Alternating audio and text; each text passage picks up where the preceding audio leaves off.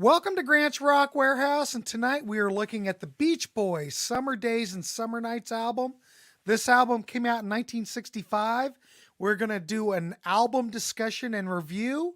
I would like to welcome Davy Gallagher and Ryan Gavalier here tonight. So let's get ready. This is going to be a good one.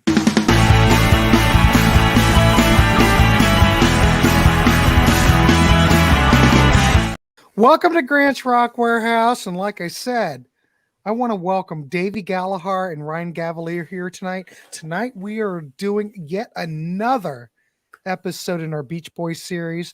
Tonight we are looking at 1965 Summer Days and Summer Nights. This was the 9th studio album by the Beach Boys, released July 5th, 1965 on Capitol. The band's previous album, Beach Boys Today, released in March of 65. Don't forget, people, this is during that moment in time where bands were putting out multiple records during a year. I mean, they were cranking. You don't have this anymore. Now you have like bands doing like an album every 5 years. But in the 60s, it wasn't like that. But we're still in that Beach Boys mode. This is pre-Pet Sounds.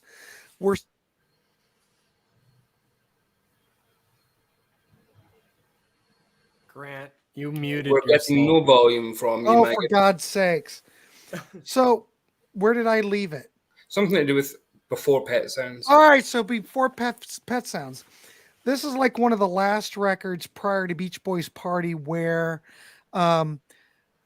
we're not dealing with those mature subjects like the young love thing with Pet Sounds, the young relationship thing.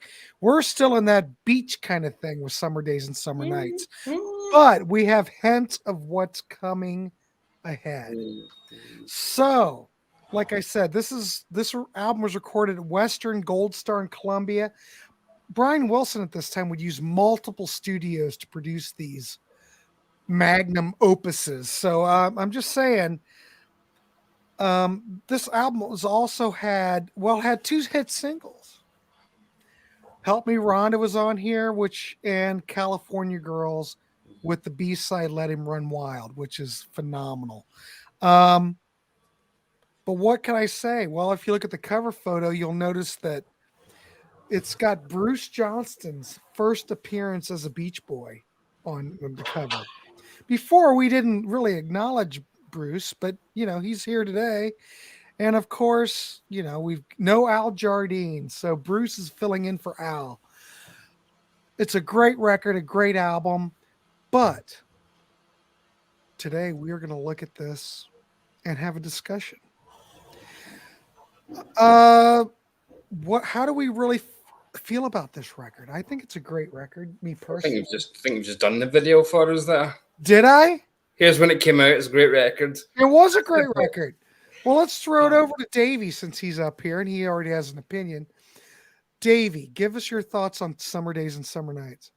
I was listening to it, and I know this album off by heart, but you always do your homework anyway, don't you? You don't just go by past memories, and it's what I call a half-piece. It's halfway to a masterpiece.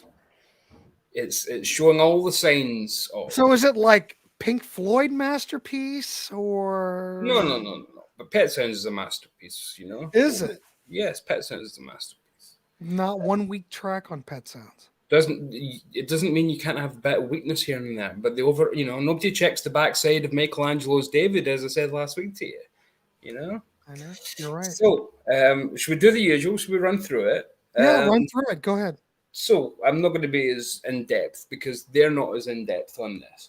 So, here's how I listened to it. The phenomenal Capitol remaster from the 90s, late 90s, right? And this must be the best twofer I think I've ever bought in my life, where you get Summer Days and then you get Today as well. That is a twofer. So, you're looking at the original twofer mastering, right? And bonus tracks on top of that. Yeah. Right. I used to have that on vinyl, that toofer. That was my introduction to the Beast Boys. See, I like the Beach original one that Boys, came out. Yeah. The original one that Says came nothing out. like Sabotage. They were so different back then. But yeah, no, Well, they did 2 separate remasterings of it. They had the original one that came out like what 90. yeah, ignore it. No. That's the one you want. No, you don't. You want his Yes, you capital do. from 98, right? No, it's all jacked up. No, get to France. Well, maybe in America. We always have this discussion, then we remember we're in different continents. So, yeah. Okay, all right. Anyway, so Capitol were not happy with the previous album today. It was an artistic step forwards, but Capitol said there wasn't enough of the appeal to the teen audience, and there wasn't hits on it, and that we can really sell it on. So don't do that again, basically. So Brian kind of got his knuckles wrapped because it was the least successful album. And then he said, okay, and makes concessions and makes Summer Days and Summer Nights as a fait accompli, because, again, he does it with the Wrecking Crew pretty much. This has got more of the Wrecking Crew than Pet Sounds does on it, to be honest. This is the most Wrecking Crew members you'll get on a Beach Boys album. And in fact, Carol Kay does so much on this record, it's not real. She's all over it. And Hal Blaine even bloody sings on it, which is bizarre. I didn't know that, Davy. The carnival barker bit. That's Hal Blaine. That's Hal Blaine. Yeah. I did not know that. He's doing the parody of Little Egypt by the Coasters. That's Hal Blaine. Yeah. Anyway, to jump into it, so Girl from New York City. It's obviously an answer song, isn't it, to the Boy from New York City by the Ad-Libs. I miss those days where you'd get answer songs. I mean, I suppose now you get diss tracks, but answer songs was a big thing back in the day where you'd have just a copy, but you'd change the lyrics and pretend it was a new song. Just fun pop. Again, Brian hated going back to this kind of stuff. It really, really annoyed him that he had to go back to this kind of sound. He felt that it was, and rightly so, that he was so far above it already. It's still fun pop, though. That's the problem, is we can say that it's regressive after the stuff that he was already doing, but it's still fun pop. So I don't mind it at all. And I think, and you're going to hear some Mike praise here today. I love Mike Love on this album. Love it. I have always said what I've said since the very start. Mike Love, I think, when he gets older, he's inappropriate, frankly, the way he acts. Some of the antics, but this, when we still have the kind of teenage, I mean, they're obviously older than that, but when they're still kind of acting that way, makes the perfect jock for the Beach Boys if you have to have a jock member. Brian's not a jock, he can't sound like a jock, but Mike can. Well, he was a jock. That's why he's perfect. He did play sports. So Brian was actually a very good sports player. He played American football, but again, it doesn't sound like it. But regardless, and the Girl from New York City, reading the liner notes, was a B-side in Greece. And you might think, what's interesting about that? Do you know what it was the B-side to? Wild Honey. All those years later. Yeah. Wild Honey. Oh, wow. I know that was a strange one from the Vaults, but yeah. Amusement Parks USA, I mean, talk about throwback tracks that make it sound a bit regressive. I mean, it just sounds like I Get Around, doesn't it? And that's where you get to hear Hal Blaine doing the step right up, folks. See Little Egypt doing the dance of the pyramids. So you'll never listen to that quite the same way again, Grant, now that you know that's Hal doing it. So does that mean that we can call him an official Beach Boys singer now? Can we put him in the rankings? Well, you think about Hal and how pivotal he was. He's now above a lot of that Beach Boys Boys stuff, Pet Sounds and all that. You Yeah. almost consider him like a.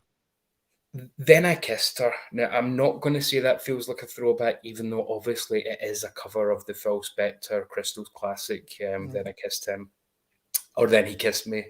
It's just a rewrite with a couple of pronoun changes.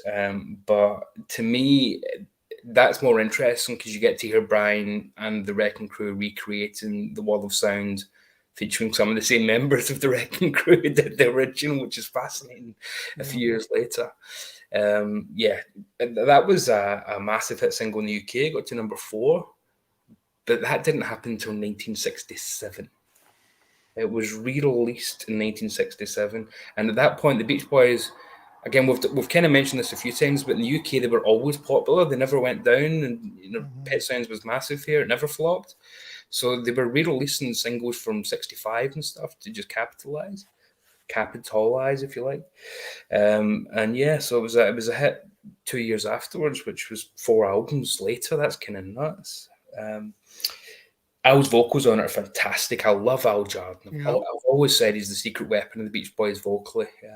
I agree. Yeah. We praise Carl to the hill. We'll obviously always praise Brian, and Michael always make us feel one with the other. But Al just never lets you down, does he? Even when he's honking down the gosh darn highway. Why did I think that this may reappear in an episode? Because I can't think of Al Jardine without that bloody song. I love him a bit. I love him so much. All right. Salt Lake City. I'm not a fan of Salt Lake City. That is the filler. You think that's just filler? Well, it is them just making a Beach Boys song that they can toss off in their sleep at this point. Apparently, they did have an affinity for Salt Lake City, and they really liked it. Who doesn't? Who doesn't? But it was like, who cares? Good for you guys. Fantastic. It's still infectious, though. That's the thing. When I'm listening to it, it's not making me feel like, okay. It's just well. Let me say this, Davy. When I hear it, I don't skip it. No, you don't skip anything in this era because there's always some beautiful stuff being played. Yeah. And for goodness sake, the album's less than half an hour. In fact, it's not even close to half an hour. Yeah, it's like 26 minutes. Yeah, I mean, it's not quite Wild Honey, which was 21 minutes. But Girl Don't Tell Me, I'll speed it up a bit. Obviously, that's doing that's doing the Ticket to Ride thing, isn't it? I mean, it literally, when Carol's singing the Girl Don't Tell Me You're Right. Girl, I know, but it's still infectious, though. Girl, don't tell me you're right. And I always think, but she don't care. Like, it's such a painfully obvious copy. It's still so good, though. It is. That's kind of the dichotomy of this album. It's regressive. They can do it in their sleep for most of it. Yeah, you're right. But it sounds amazing. So you don't really care too much. I mean, I can imagine it would kill Brian having to do some of this stuff. But it's their bread and butter, and boy, they're really getting here. However, here's where things change. We get Help Me Rhonda. So we know that in the previous album, Today, Help Me Rhonda was already on there. Right. And they cut a new version for the single and added an H to it to differentiate it. And made it a completely different song. It's a much better version, this version. This was the hit single. So Capitol insisted on putting it on the record as well. So Brian was happy with that because there's one hit that you can say, well, you've already got a hit single, then that's fantastic. So everybody was happy with that, and that's just a phenomenal song. That's a natural hit. Help Me Rhonda to this day just sounds immaculate to me. Again, fantastic Al vocal. Sing along classic. I mean, you can pick your own part to sing along. You can, if you don't want to do the Help Me Rhonda, you can even do the pow pow pow. You can choose your own bit to sing along. It's such a fun, fantastic song. And Al sings it with a bit of raunch that I really like. Rhonda, you caught my eyes. Like, I was getting a bit frisky here. You get that way. Yeah, but it didn't do it in the other version, so I like it. This should be called the filthy, dirty version of Help Me Rhonda. The other one, they might be going out on a date. This is the third date, put it that way. Rhonda's having a good time. It's a phenomenal song. It's a legendary Beach Boys song. It's an iconic single. What can you say about Help Me Rhonda? Well, what you can say is that you flip the bloody LP over, and what do you get next? One of the greatest songs ever made. Well, side 2 starts off really great. I'll give you that. Yeah, I don't think many albums have ever started as good as down, down, down, down, down, down, down, down, down, down. That classical introduction. That's where Brian was able to say, "I'm putting stuff in here that shows what I can do. I'm not just going to do the Phil Spector stuff, and I'm going to put something in here that shows that I can compose." And this is where we get the genesis of Brian Wilson being the very much respected Brian Wilson rather than just Brian Wilson. Some say he's quite good. No. He's writing more than 3 chords here. He can do it all. He's now getting the respect of the Wrecking Crew, whereas before some of them were kind of like, who is this kid? He was coming up with stuff that they couldn't play at points, and Brian was having to play their instruments for them and show them how to do it because they were saying, this doesn't make sense.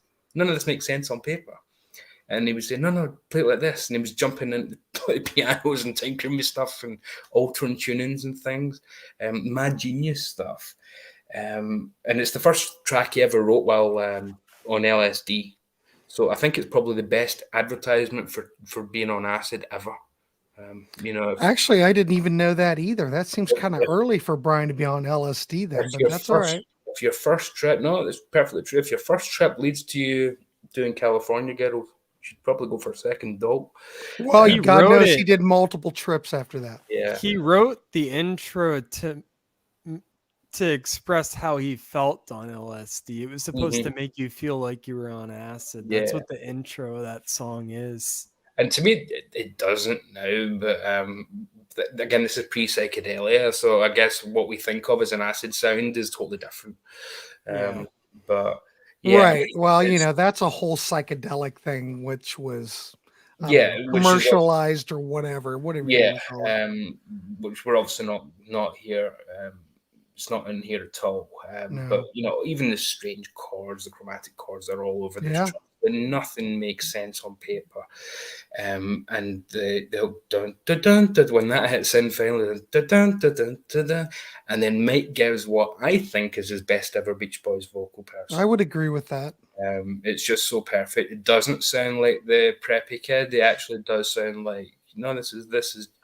It does sound like a cool dude. Actually, this is the first time Mike's ever. He sounds genuine on this, if that makes sense. I think it's number two. To Heat Come Down. Oh. Oh no. I'm taking points off this album just reminding me of that. I mean, obviously a massively influential song. I mean, the Beatles rewrote it as back in the USSR practically, and as a tribute to Brian Coe.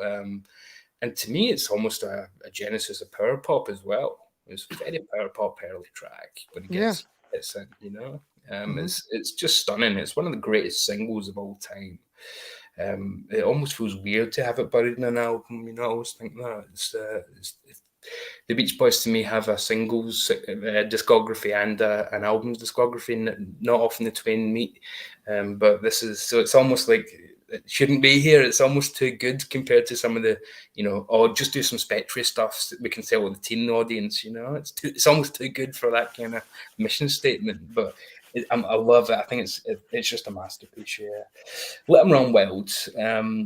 Sounds to me like a warm up for Pet Sounds. This is again. I agree 100%. Brian showing, right, okay, side one, I've got the kind of fluff out of the way. I can, hopefully they've stopped listening at that point. They're confident enough, and I can throw in some weird stuff on side two that, at the time would be just like nothing before with vibraphone. And, he's not using saxophones like the Coasters, where he's using like baritone sax to get a real deep sound and stuff, and use them in strange ways. And, it wasn't Yaki sax or something, Brilliant harmonies, so much more intricate than we've had before. It's building up to, Our Prayer and things like that. One of my favourite songs of all time, up next, You're So Good To Me. It's not just one of my favourite Beach Boys songs, it's one of my favourite songs of all time. I think, and I don't know why, because I don't think it's a masterpiece in terms. It's one of those ones that's just it hits me, but I don't expect anybody else to agree that it's that great. But I just think everything about it, from the dun dun dun dun dun dun dun dun to the singing, Brian's voice on it is amazing. Beautiful, absolutely stunning. Yeah, you're such a doll. I'm glad you're. And he's not afraid to kind of almost go out of tune a little bit when he's hitting the higher parts, like how come you are. And then when it hits into the and I love it, la la la la. And then he's going, you're my baby, oh yeah, tell me maybe, oh. What a track. So it's a personal masterpiece for me, even though I don't expect the public to agree at large. It's just one of my favorite songs ever. Mm-hmm. I think it's just pop perfection. It's 2 minutes and 14 seconds, and I don't think I've ever I listened. agree. I don't think I've ever listened to it for 2 minutes and 14 seconds because I always have to go back and turn it into 4 minutes and 28 seconds by listening twice. Yeah, just brilliant. Summer Means New Love. Again, this is a precursor to Pet Sounds because here's Brian playing about with an instrumental. I mean, it literally sounds like it could be one of the instrumentals on Pet Sounds, doesn't it? It's not quite as developed, but it's certainly in that direction. When you consider the early instrumentals were just surf rock stuff that didn't really have the band on it at all. This is brilliant. I mean, fair enough, the band aren't here, but Brian is very much composing, whereas he wasn't composing Mirror Sewer and things like that. So it's Brian as the orchestrator for the first time, really, that we've got to experience, which is just wonderful. So again, he must have taken a real thrill from being able to do that. Now he's got the control over an orchestra, and actually, he's not just a conductor, he's not just a composer, he's everything all at once, everything everywhere all at once, starring Brian Wilson. I'm Bugged at My Old Man is one of the weird ones for me because I think it's, for what it is, it's funny as a novelty. Brian doing the Fats Domino piano and having the whole sad sack story about, oh, my old man's on my case all the time. And then the backing vocals are kind of making fun of it as well. But then when you know the stories with Murray Wilson, it's quite hard to not think about that. Yeah. To know that, Brian's lost hearing in one ear because his dad beat him up so badly when he was 3 years old, for goodness sake, it's well, that's filler. We can leave it there. I don't know if it is, to be honest.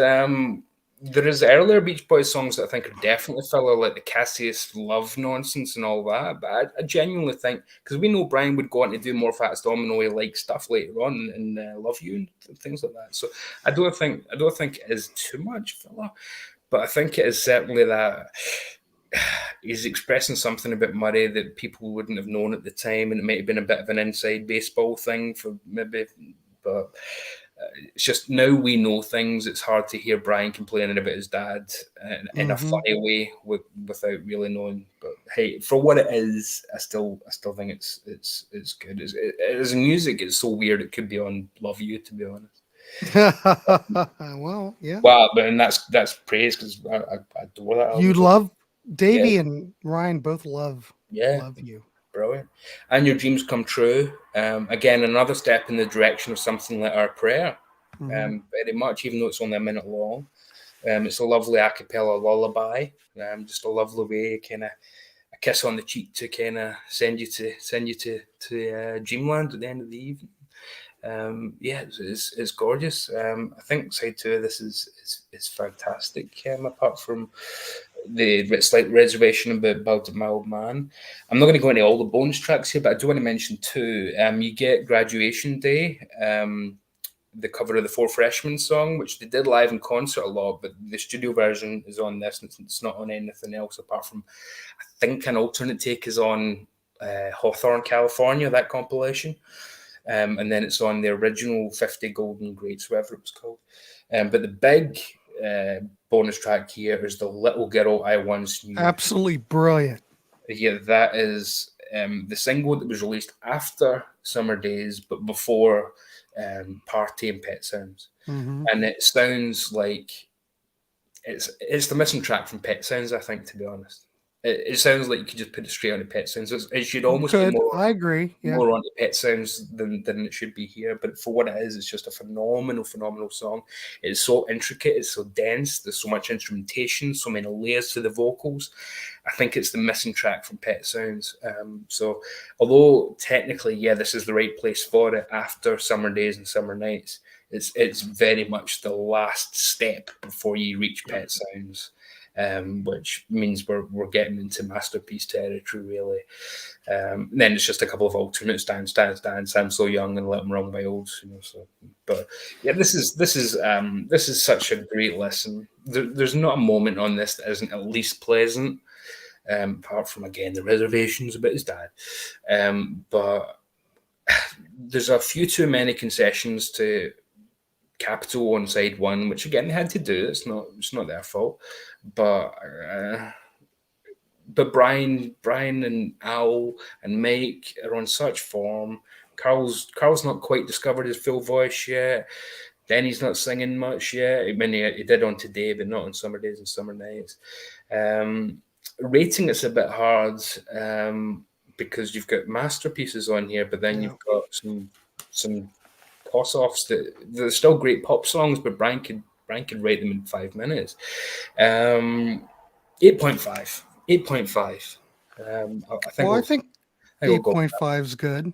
No, I'm going to go 9. No, I'm going to go 9 because I just remembered California Girls as California Girls, and it deserves to push everything up.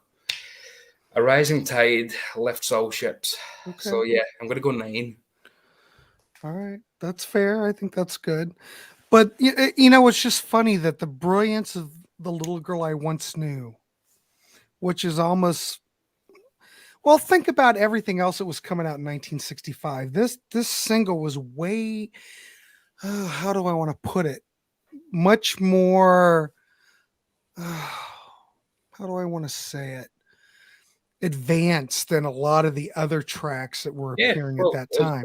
I mean, it only went to like 20 on the Billboard charts here. And so that was the problem. Capitol wouldn't let Brian put it on Pet Sounds because Brian's initial plan was that was going to be the lead-in track for Pet Sounds and then be on the album because it totally fits with the subject matter of Pet Sounds. Yes, it belongs there, and the tonality of the track totally belongs on that record. But then again, we get, But then again, do you need to put some more brushstrokes in the Mona Lisa? Pet Sounds is Pet Sounds. So it's almost kind of nice that we've got a standalone single to discover as well if people don't know it, So I kind of like that. So, yeah. And yeah, 9. I'm happy with 9. I'm happy with 9. Think about it. If Little Girl I Once Knew was on Pet Sounds as opposed to Sloop John B., as a conceptual, Yeah, but it doesn't belong on Pet Sounds. Oh, it does. It does. Yeah. How does it belong on Pet Sounds? It's got some of the greatest harmonies they ever caught. I don't care, but the subject matter. The Little Girl I Once Knew fits perfectly with the whole concept of what Pet Sounds is. I don't think Pet Sounds would be what it is without Sloop John B. Honestly, it's so Capitol made them put that on there. But it so good. Supposed to be. Yeah, but it could have been a standalone single. I think if you would have had The Little Girl I Once Knew on there, I think that would have fit on Pet Sounds much better. I think you need it on Pet Sounds because it's got the sing-along quality, which no other. I mean, obviously there's so many great tracks on Pet Sounds, but not many sing-along ones. This is literally a sea shanty we're talking about. So yeah, but how does it fit on Pet Sounds? I'm just curious. Go ahead. By being great musically. But the subject matter, you have a sea shanty with all these tracks about young love and marriage and getting together and about, the longing to grow up, that teenage. What does talking about Sloop John B have to do with that? Even though, it's not a concept album technically, but I think The Little Girl I Once Knew would have fit a lot better on Pet Sounds. Please leave your comment in the chat and let us know what you think. I never really thought much about it. Here's Dan. Little Girl I Once Knew has a similarity to God Only Knows musically. What's your thoughts on that? Well, that's exactly what I'm saying. Sloop John B serves a totally different purpose musically. So if you're going to have that, The Little Girl I Once Knew on Pet Sounds, you've totally changed the feel of Pet Sounds. There's nothing else like Sloop John B on there. Well, Sloop John B should be on it. I don't think Brian wanted it on there. Oh, I don't know. Man. It wouldn't be as good of an album without it. It's not my favorite song on there, but it's so weird in the middle of that album that it almost throws you off. It's subversive, and I love that because at the end of it, it really does feel like a person kind of losing their mind a little bit too. Sloop John B. So even though it's fun and it's singable and stuff, I do feel an angst in it, or like a kind of like anxiety in it that does fit for me. With the rest of the album, it's just subversive. It's hiding, and it's hiding. Plus, it's literally a song sung about memories of a grandfather as well. So there's no reason why the young person can't be thinking of that. This is just their thoughts. So it feels like a fever dream. I think it's a great. I think it's a great Beach Boys work. Don't get me wrong. I'm just looking at the concept of Pet Sounds and just the lyrical content that it doesn't fit. It doesn't mean it doesn't fit on the record sonically. It fits right in. The production fits right in. It's just lyrically it doesn't. I think The Little Girl I Once Knew would have fit in there better. No, and it also has the same type of production that Pet Sounds does. I see your point. Right in. That's all I'm saying. I get that. Again, Pet Sounds became Pet Sounds anyway, so there's clearly nothing wrong with it. So I get where you're coming from, though. I wouldn't want to mess with the album, but I mean, right. That's also just because it's the way it's been for 60 years. Like if it had been done, then I or The Little Girl I Once Knew, if that was what was originally there, then we'd probably be having the same conversation switched. You know what I'm saying? But you think about it, The Little Girl I Once Knew was just a single. Yeah. I mean, you could look at it and you think, well, boy, that would fit on Pet Sounds really well. But maybe it was just meant to be a standalone single. I don't know. Brian wanted it on the album initially, but he hadn't written the rest of the album yet. So who knows? Can you imagine if we did have that and then Brian said, well, I want to do God Only Knows then? Like it could have killed the flow of the entire album. We might have lost one of the great tracks of Pet Sounds for that. So possibly. So I think all things landed where they needed to, really. And again, it's just a treat for people that maybe don't know that song, that they can then discover it. It's like a missing Pet Sound song for them. It's true. But I think it's a great song. I think it's one of the best Beach Boys singles. And it's just a shame that it only went to 20 and Capitol thought that was a failure. It was for the Beach Boys when they were starting to come back with these massive hits again, and then all of a sudden they're back to the 20s. Victim of their own successes, unfortunately. So I'm just curious. I'm going to throw it out there. I don't know. Of course, Beach Boys Party came out after that. Yes. Do you think that was kind of a reaction to the failure of Little Girl, and then? Okay. I love Party though. Party's great. Well, I like the version of Party that's on here. But the biggest reaction was Barbara Ann, because that wasn't supposed to be a single, and Brian did not want that as a single. But Capitol said we're putting that out because we want a hit and we think that's a hit, and they were bloody right. So Brian's idea was Barbara Ann would just be an album track, and there'd be no singles from Party. Yeah. So sometimes the businessmen, unfortunately, are right about these things, because Barbara Ann was obviously a massive hit and deserved to be, because it's one of the most infectious songs ever. But we'll cover that, I'm sure, at some point. So there's no point going. Eventually, we'll get there. Yeah. Wait a minute. What's Dan say? I hate how popular Barbara Ann was. Well, she's a popular girl. Popular. She had great hair. I'm just going to leave it at that. But hey, it's an iconic song. Whether the Beach Boys do it or any other band does it, I think.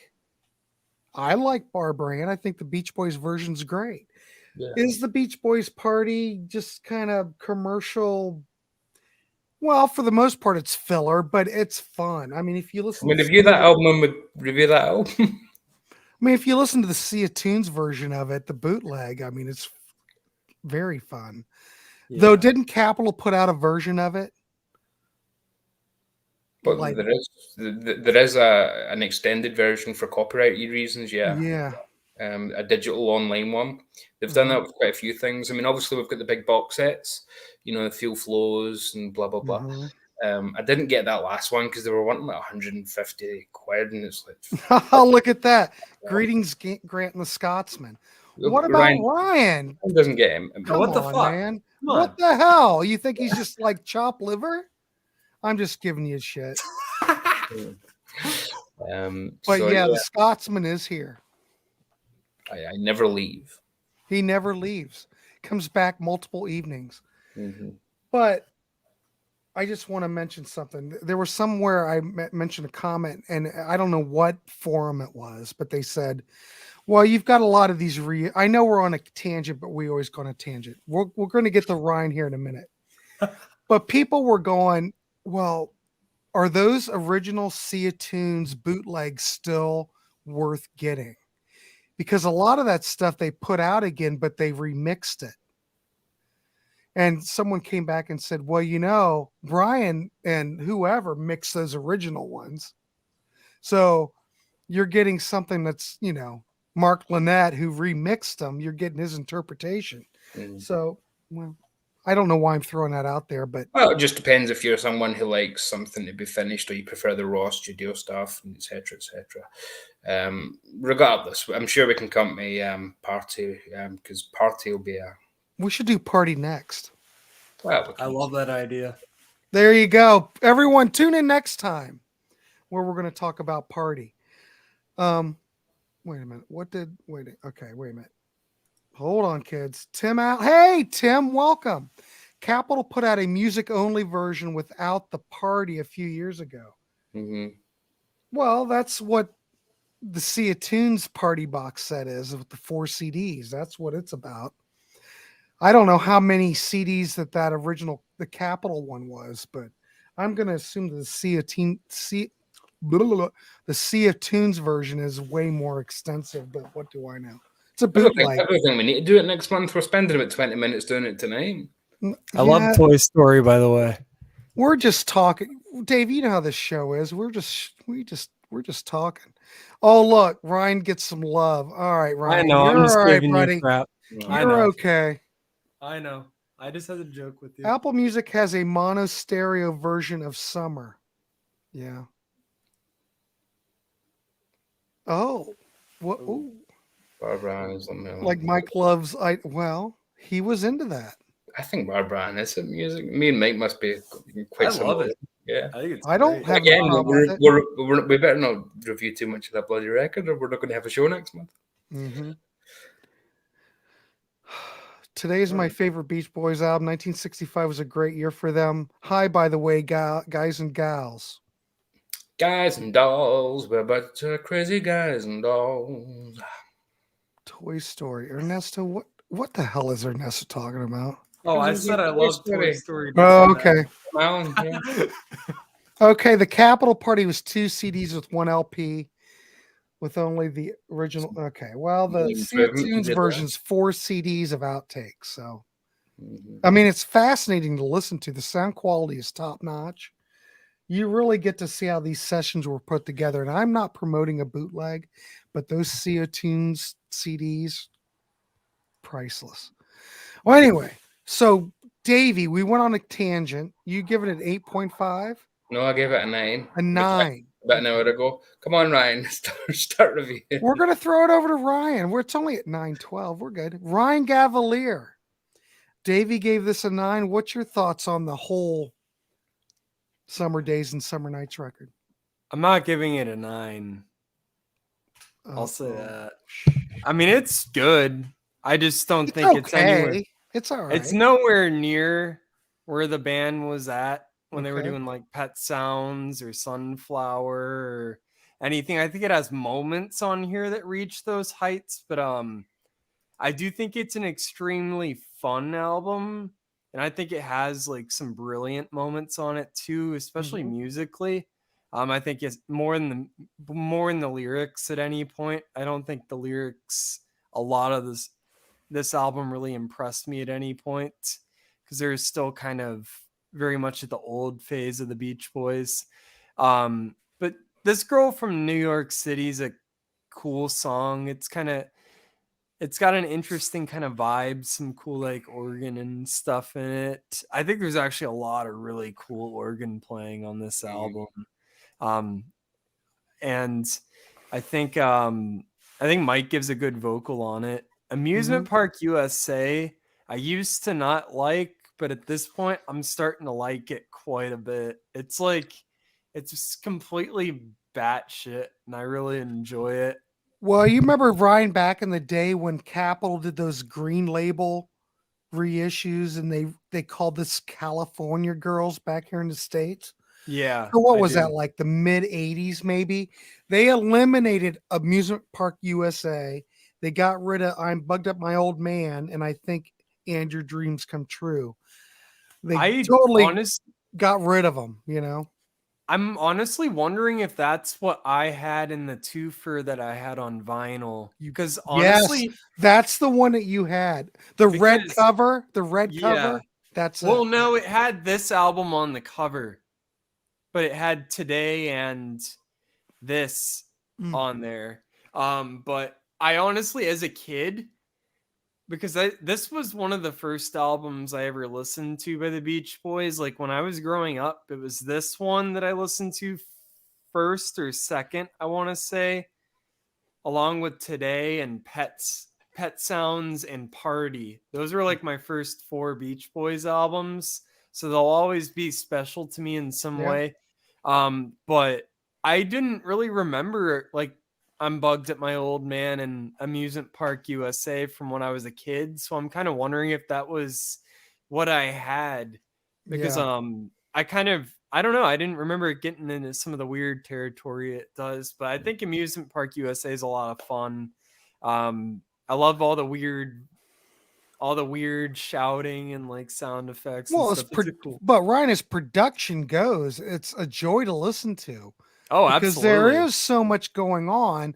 I'm surprised they pulled that off of there because I never skip it when I listen to the record. It's just part of that record. Yeah. Maybe they didn't want to pay royalties.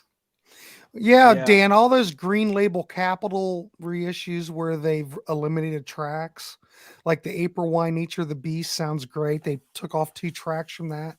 No, but I think they actually took off 3 tracks off of Summer Days. Why would you do that to a 29-minute album, though? What's the thinking process, you think? I don't know. But yeah, but they were doing that. Capitol was doing that to a lot of records then, and then reissuing them. I don't get it. Oh, sorry, Ryan. All right. So, yeah, I think that song's cool. I mean, it's fun, but I think it's kind of experimental too for like 1965 for how weird it is. It's kind of psychedelic in its own right, like a more uplifting version of psychedelia. But like Then I Kissed Her, it's fine. I mean, it's just I don't know.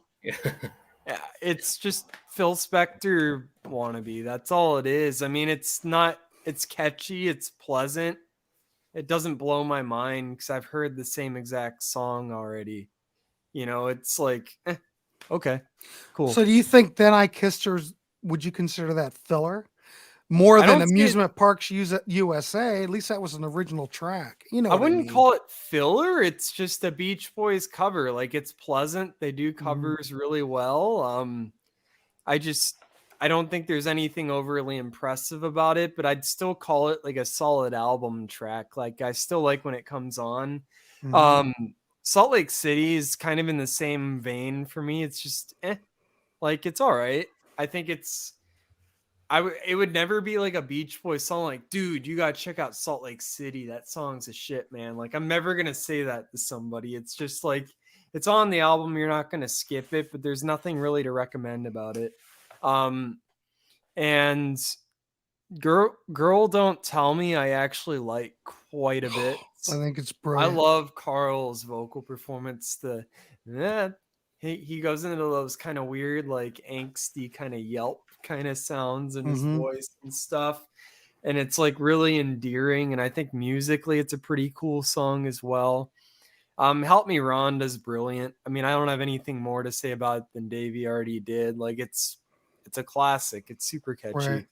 California Girls, you know, as a kid, iconic. my teenage years, like that was like one of my introductions to like psychedelic music or like proto psychedelic music. And I just fell in love with it. I just love that. It's sublime. It's just, it takes you to a different world. And yeah, Mike Love is awesome on it. The intro's sweet. It's just a classic. Let Them Run Wild. I agree. I think it's brilliant. It's really moody. One of the more psychedelic tracks on the album for sure, with all the harmonies and like the atmosphere overall. I think it's definitely like a highlight of the album. Oh, well, I 100% agree. Yeah, definitely. It's very, love it. It's very heartbreaking to listen to. It definitely feels like a proto kind of like Caroline No type of track or something. Yeah. You're So Good to Me, I do like quite a bit. It's a very catchy song. I don't like it as much as Davy, but Davy has the sentimental reasons. But I think it's a very good song. I think it's great. I couldn't. Yeah, you couldn't have it's just this not one of my. You couldn't have that songs track without it. You know. Yeah. No, for sure. It's awesome. Oh, it's awesome. And I love it. Love it. It's beautiful. Summer Means New Love, I think, is probably, I'd say this, California Girls, and Let Them Run Wild are probably my 3 favorite moments on this album. I mean, I know this is an instrumental, or not. Yeah, but like, it's just absolutely beautiful. It's like definitely proto Pet Sounds. As they're gonna get in the more compositions, it's not the Miserlou bullshit that's on like the early stuff. Like, it's just a brilliantly composed song. And yeah, so then I'm bugged of my old man. I don't really give a shit about it. It's like it's filler. It's endearing in some ways. Like, it's obviously kind of being funny and stuff, but I just don't think musically or vocally it's very good. Like, I would be embarrassed to have my name as the lead vocals on this. It just sounds like shit, honestly. I don't like it. It's just Brian trying to sound like he's a soul vocalist and not doing it well. Like, it's just like, I don't know. I mean, and I think that like the piano's fine on it, doing the Fats Domino sound. I just don't think it did the album any justice at all. I think it's honestly kind of a waste of a track. And like, I don't hate it, but I just think that it really throws off the album for me, because I think And Your Dreams Come True is such a beautiful ending to the album. Just beautiful a cappella. It's real quick. And I think that is honestly like, I don't know. I mean, it's a short album already, but like, if I'm bugged that my old man wasn't on here, I think the album would have probably been better. Yeah. So I would say that, and I also agree with your sentiments too, Davey, about it being kind of weird to listen to, knowing about his dad's situation. I mean, I feel like in some ways it's like probably like it might have been empowering to write a song like that for him at the time. But I just think it's kind of a misguided approach to singing a song about child abuse. Honestly, it's just kind of not really the best taste in my mouth. But yeah, And Your Dreams Come True, I think, is beautiful though. Great ending. I like the album. I mean, it's very listenable. I think the production on it's terrific. I mean, the Wrecking Crew sounds fantastic on it. The band sounds fantastic. I just say that I think the material's varied, and like, if I'm giving an album like Sunflower a 9.5, then I'm going to have this a little further down, because I think that's a much more consistent album. And I think Wild Honey's more consistent. I think Friends is more consistent. I think Love You is more consistent. So this is I think there's even more than I just mentioned now that are probably better albums than this one, honestly. I just think it has some really high moments, which isn't surprising, being they were a singles band up to just recently. I mean, I feel like that's kind of what this ended up being. Like, you have some really terrific songs, some good stuff, and then some filler. It's like, I don't know. I'd probably give it like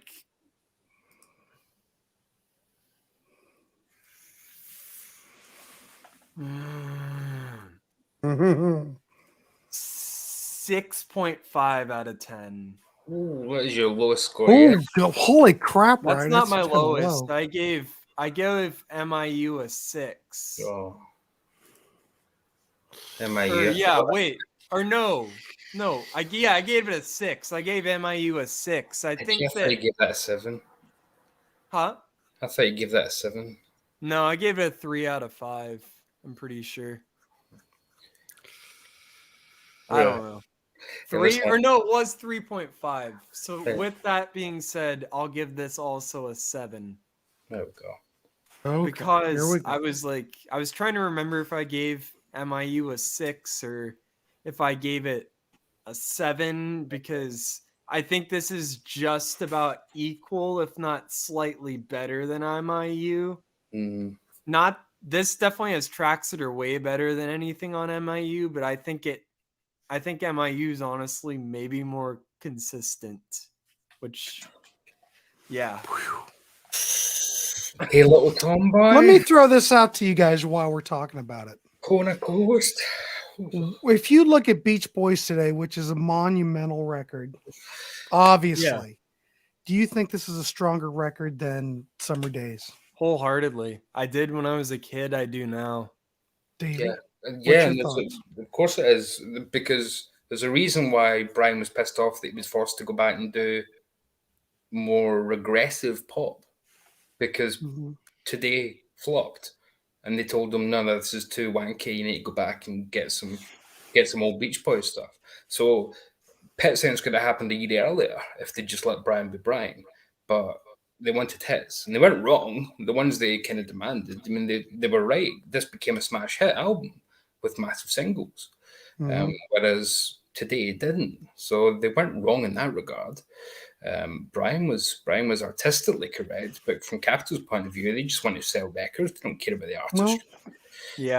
I don't blame Brian for this album. For any of the flaws, other than I'm bugged at my old man. That's the only thing I'll really blame him for. And the other thing to take into account is that this album was recorded so fast. Not just recorded so fast. Yeah. This was from start to finish done. What, March? Today came out in March. So it came out. It was released January '65. Well, okay. Today, Summer Days came out in July. Right. Today came out in March. Yeah. Can you imagine? As I said, March. So in 4 months, right, and realistically 3 by the time the turn ends. So in 3 months, they have been told off by the record company, no, you need to record your old kind of stuff, to go away and create all this music that we've just heard, and then get a wrecking crew assembled, work on it, finalize it. So in 3 months from start to finish, they did all that. That is remarkable. Absolutely remarkable. Yeah. When you consider that Pet Sounds wouldn't adhere to the formula of 1 every 3 months, 4 months that they've been doing up till then, and Brian got to spend a year on Pet Sounds. It's remarkable that this was tossed out in 3 months.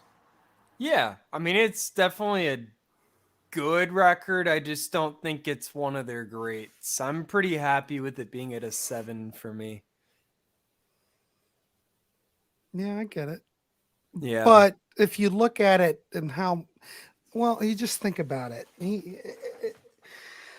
It was a rushed album, but still you see the essence of brilliance just poking through it. Foreshadowing of what's coming. You know what I mean? I don't even think it's poking. I think it's staring you right in the face when it comes to... Well, yeah, but think about it. At that time in '65, people probably didn't think that way. This probably is flying in. People are going, what the hell's going on? 65, though, we're reviewing in 2023. Well, I know, but you have to put it in context. Well, we don't. We're reviewing it now. Well, I know, but I'm putting it into context. It's my show, damn it. I don't know what that adds, though. We're reviewing it for contemporary purposes. I mean, the fact that this album did a lot better kind of proved Capitol's point that the Beach Boys should have stuck to surfing and girls and cars. But then the Beach Boys would have been finished by about 66, 67 and dead in the water. And Brian knew that would happen, and that's why he wanted to push forward. Right. Well, they were dead in the water after Pet Sounds, so, it was going to come.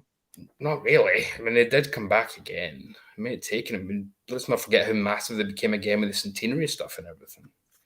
Yeah, but, the 60s were different. The late 60s was a different time, Didn't Brian Wilson demand that Pet Sounds be in mono? I heard something to that effect. Well, he only could hear in mono. Yeah, he's only got one ear, yeah. And a lot of the Beach Boys material was never been released on stereo, or wasn't until the 2000s. Yeah. Though a lot of this stuff, whoever mixed it, a lot of this stuff's in stereo on here. Even on the Pet Sounds box that came out on Sea of Tunes, there's a lot of stereo stuff that. Well, who engineered Pet Sounds? Was it help me, Davy, help me, Ryan. Engineers, help me, Rhonda. Help me. I can't remember. He did a lot of the stereo mixing. The album cover is a framer for the hardcore Beach Boys fan. What a leap from Surfing USA. Yeah, well, it's true. I don't know, Michael. Who knows what they're going to do? They've already remixed it in stereo and all that. I mean, I've got the 30th box set and the 50th box set. I really don't need a 60th. There's nothing more they can do with Pet Sounds. Well, the only thing I want to really say about Summer Days is that I think it has a lot of brilliance. I think Let Him Run Wild, You're So Good to Me. The stuff that Brian sings on this record is absolutely phenomenal. You can look at side one and think that it's not quite as hard hitting or it's a lot of filler, but Girl from New York City, I mean, Mike Love sounds great on that. You have to admit. Amusement Parks USA, it's fun. Is it the caliber of some of the stuff on today? No, but like Ryan said, the production on it's incredible. If you look at it as far as what Brian is doing, and he's pushing the envelope, he's being creative in the studio. It's just absolutely phenomenal. Is Then I Kissed Her, Al Jardine, I mean, that's okay. Could you look at that as filler? You might, but I still think the Beach Boys and Al's delivery, I think the Beach Boys make it their own. I wouldn't get rid of it. I wouldn't eliminate it. Salt Lake City, you could look at that. It's kind of like Amusement Parks USA, but it sounds great. The production and the Wrecking Crew on this, I think, is top notch. I think Girl Tell Me, yeah, it's Ticket to Ride, but my God, is it infectious? And doesn't Carl sound good on that? Incredible. Yeah, but he's not quite got the throaty voice that he's going to have in a little bit, and then the soaring voice. Carl's still to blossom. Carl's time. I know, but I still love it. Help me, Rhonda. I mean, obviously, Brian, he thought that this song was not finished on today, and he needed to tweak it or finalize it or whatever. Is it any better? Is it better than the one on today? I don't know. Yes. Mileage, you think it is? I don't know. 100%. Okay, well, there Davy spoke. Just like Cotton Fields, the single version is so much better than the album version of Cotton Fields. But then you got side two, California Girls, Let Him Run Wild, You're So Good to Me, absolute perfection. In Summer Means New Love, you can look at that as, well, he did instrumentals on Pet Sounds, so it's kind of like foreshadowing there. I mean, they did yank it all. I do think that they did yank that off when they did the Green Label California Girls record, but I can't remember. Let's look up. I'm bugged up my old man's filler. And Your Dreams Come True. I know they pulled that off of there, but I can't remember. Summer Means New Love was eliminated. Hell, they probably eliminated a lot of stuff off this record and made it like into a 15-minute record. No, it was retitled California Girls and took off amusement parks, and I'm bugged up my old man. That was part of a repackaged series in the early 1970s. And then it wasn't until 1990 when it was paired with Today that it was restored to its former version. This is the 1990 version. In 2012, it had its first stereo mix. 2012. Everything until then was just a fold up. So the first actual proper stereo mix. Well, if you listen to some of those CO2, there are stereo mixes from back in the day. Well, not theirs though. Well, it was either mixed by Chuck Ritz or it was mixed by somebody back then. Well, Brian wasn't.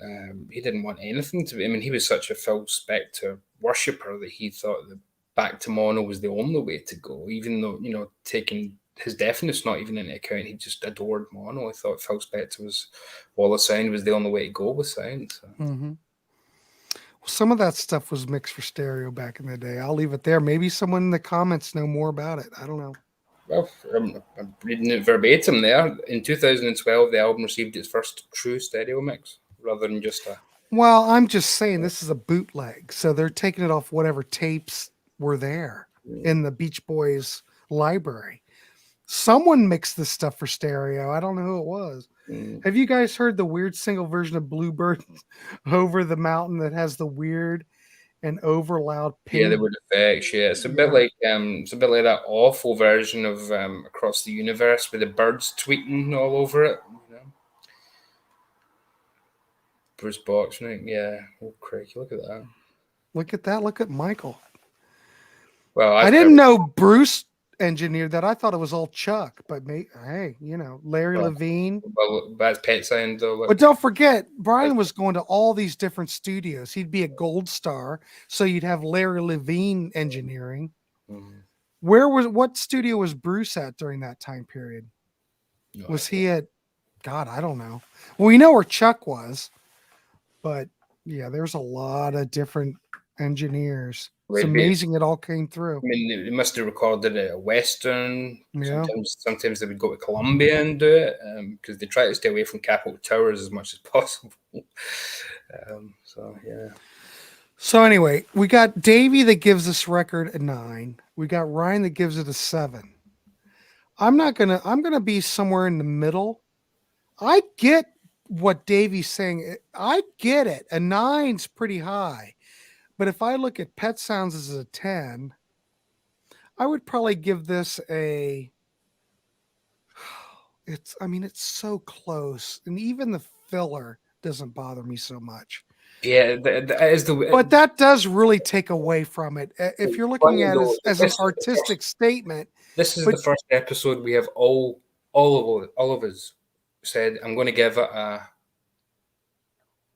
and just had to think about it. It's not as easy as any of the other albums. No, because I can see the brilliance that is here. It's the dichotomy of it. It's just not as advanced as we know that it should be. But what it is still good. All right, Tim Allen. Everything recorded in 63 was recorded in mono and stereo. Whether the label just did a fake stereo mix or not, yes, almost no one had. 2012. Yeah, but there are. If you've listened to the Sia Tunes Beach Boy, I'm just throwing this up here because I've got it handy. There are stereo mixes of this stuff on here, and someone did them back in the day, and I'm just assuming it was Chuck Britz, but I don't know. But these Sia Tunes box sets are priceless because they went and remixed all this later on. If you want like the original mixes to some of this stuff, you have to have these. Mm-hmm. These all came out of the Beach Boys library. I'm just saying. So someone mixed them. I trust Brian Wilson more than I trust bootleggers, I'm afraid. Well, have you heard this? Not that one in particular, but you need to hear this one in particular, and I can make that happen. Phenomenal. You've got to hear it. The sound quality on these are incredible. All right, Davy, just make that face. I I'm don't just doubt the telling you. sound quality, but I just think, somebody tells me Da Vinci's got another version of the Mona Lisa sitting in the cupboard. I don't say, oh, I hope it's better than the one I've already got. Like. Well, someone chime in. Who did those stereo mixes back in the day for the later stuff that was in the Beach Boys library? I just want to know. Someone mixed them. Does it not have a booklet to tell you? Huh? Does it not have a booklet of some sort? You don't Well, need it does.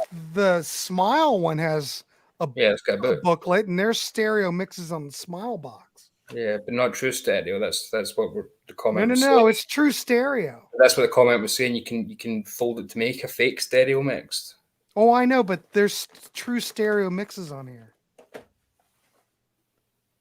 That's what everybody would have believed if they just thought it was on stereo, but the actual stereo mix wasn't done until 2012. Yeah, but that was Mark Lynette mixing it. I'm talking about mixing them back in the day, not Mark Lynette rewriting history. That's what I don't know why somebody would do it in their spare time just to, who's paying them?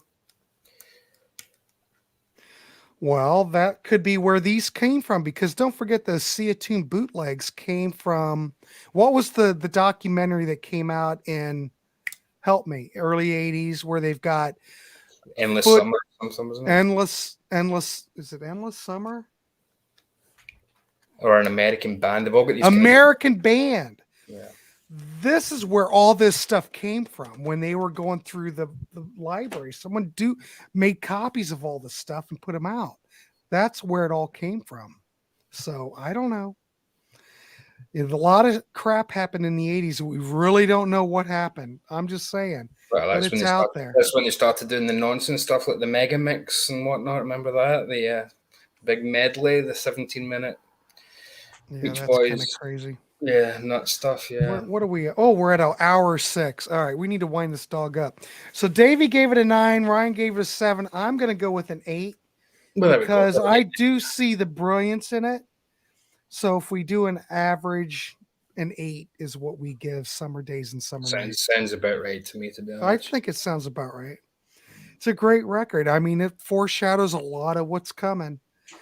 And there's a lot of greatness here. Yeah, there's filler. But the greatness on this record totally overshadows any crap that's on here. And even if it is filler, it's still Beach Boys filler, We do kind of owe it a favor though, because after today, if they hadn't produced something commercial, Capitol wouldn't have indulged Brian for Pet Sounds. Right. So it was only this doing well that allowed Brian the space to do Pet Sounds. If he'd have done another flop, they wouldn't have given him all that studio time for Pet Sounds. So, right. Yeah. Well, Tim's got the actual stereo releases weren't issued until 2012, and those were the Mark Lynette mixes. Doesn't mean right. Exactly. So it depends upon if you want like an original Chuck Britz mix or a Brian mix, whatever. I'm just saying, Mark Lynette wasn't around when they did these mixes that are on here. That's all I'm saying. So it depends upon what you want, That's all. You want something that was done in the 60s or you want something done in 2012? That's up to you. Yeah, but it doesn't say, just because it may have been, as the comment says, citation needed, as Wikipedia would say. Well, you know what I mean. There's a lot of hardcore people that really want something that was mixed back in the day. Regardless, I really think these albums are perfectly fine in mono. I've never listened to one of these early Beach Boys albums and thought it needs a stereo. No, I've never thought that either. I thought it was silly that they remixed Pet Sounds. Within the last 7 or 8 years when that came out? Pet Sounds. What have they done with Why are we remixing Pet Sounds today? I know they're trying to grab a different audience, but it's perfectly fine with the original. We're going to have the orchestral one, and we'll have the symphony and Dolby Atmos and blah blah blah. I mean, they've already done the a cappella Pet Sounds and they've done the instrumental Pet Sounds, so there's not much left. But they're probably doing that because of copyright reasons.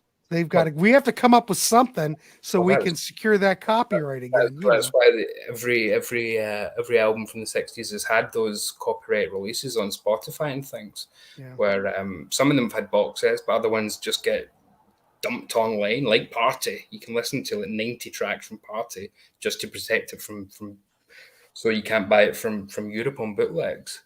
Right. Oh, that's why they did all of these, because of these CO Tunes bootlegs. That's why they responded to all of them. Yeah.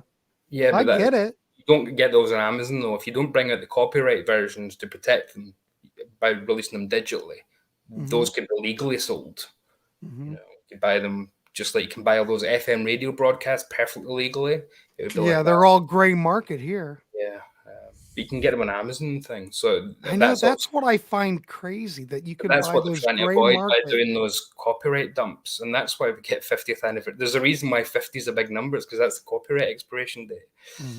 It's not just a nice round number. Yeah. Well, there you go, kids. We gave it an 8, and we've had a great discussion. Of course, we always have great discussions over here. You've got Davy and Ryan here. You know how we roll. Yeah. So yeah, we give this record an 8, which is not bad at all. Next time we are going to look. We've already decided what we're looking at next time. We are going to look. Wait a minute. What's this? Party. We're going to look at Party. Surfer Girl may be the best sounding Beach Boy, and it's in true stereo. Thank you, Chuck Britz. I read that the Beach Boys sold off their catalog. Is that recent? Well, we know who sold Brian's part of them. Yeah, back in like 69. Yeah, but earlier than that, Muddy sold Brian's stuff for what? Was that 68? Was it $1 million or $2 million or something? He said nobody's going to be listening to this crap in a couple of years. Oof. Tim Allen, FM broadcast copyright is only good for 25 years in most of the world, but much longer in the USA. Yep, that's what it's saying in Europe, but you could just import all this stuff if they weren't doing copyright protection versions. So that's why Spotify, you'll get these random albums released, and 90 tracks. He said this is in 2021 when they sold the catalog, intellectual property, for $100 million. Well, whoever the stakeholder is that owns it, and then there was a big lawsuit all about. In fact, most of this album, Mike Love didn't get credited originally for writing, and he sued, and we're not going into all that stuff, but that wasn't resolved until 1990 or so. Yeah. So. Well, either way, we like Summer Days and Summer Nights, and 8 is a great rating. You cannot argue the greatness that is on this record and what's going to come. But like I said, next time we're going to get together and we're going to look at Beach Boys Party. So that'll be fun. Why not look at Party? Is it great? Is it not great? I don't know. Hoping we could do the Christmas album. We can do Christmas album if you want.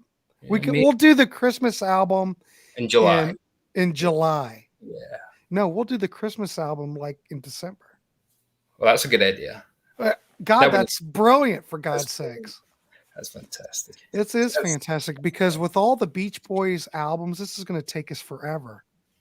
And considering my advanced age, I could be dead by the time it's over, and I'll just have to hand it over to you, John. When Ryan and I are in our 60s and 70s, we'll be sitting here talking about Stars and Stripes Volume 1, don't worry. Yeah. Nope. All right, let's wrap this dog up. I want to thank Davy Gallagher and Ryan Gavalier. It's nice to have you gentlemen back on the show. It's always fun talking to you gentlemen, even though sometimes when we talk, it gets off on a tangent. But, it's all about the conversation. So please subscribe, check out Davy's channel, check out Ryan's channel. All those links are down below. Well, you and me, we're both old. Nobody's getting younger. That's the problem. No one's getting younger. Yeah. Even young Ryan. Yeah. 25. He's 25. He's 83. Look at him. Looking good at 25. All right, gentlemen. Good night. And thanks, everyone, for commenting in the chat. I know we're the same age. I already know that. All right. Well, I'll sign this one off. Thank you very much for leaving a comment. Davey, Ryan, have a good week. Thank you, Grant. You have a good time as well. We will be back for a real party. Ryan is still a baby. He is. Look at him. Listen to him. All right, boys. We'll see you, and everybody have a good week. All the time. It's embarrassing. That's right.